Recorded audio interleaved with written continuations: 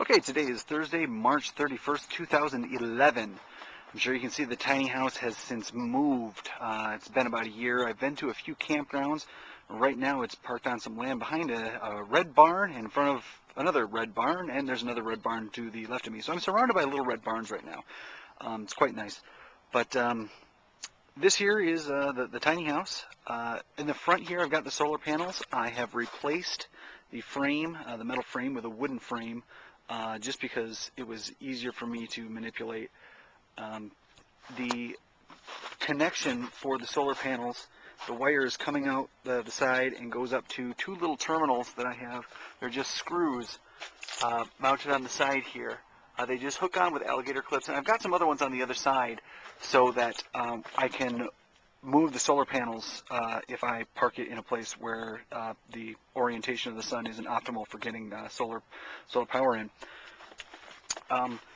Along the side here, you just see the steel roof, the windows that I made myself. They are now finally double glazed. I got another pane inside every one of them. It took forever, but I'm glad I did it. This is the back end here. And you also notice at the bottom I have some corrugated plastic board screwed to the side. That was to provide a bit of a skirting for the winter, since it does hold its temperature pretty decently, but when the wind blows, it really drops. So I put that skirting on there. You also see two propane tanks that I have hooked up there. And off to the right, that big blue tank is the gray water tank. I actually don't have it hooked up right now. The gray water is actually not draining into a tank. But when I do take it to campgrounds and stuff, naturally you do need to have it drain into a tank. So that's the tank that I use. It's on little wheels, so I just take it off the hooks, lay it down, and set it on the pad or on the ground wherever I have it. Also, you can see here where the AC power is coming in. Right now, the solar panels do not provide enough electricity. They're 45 watt panels. They don't provide enough power to run everything in the house. So I am plugged into the barn. I use about 1 kilowatt hour a day in addition to what the solar panels generate. So it won't be too many more solar panels to be able to make up that difference, solar panels and batteries.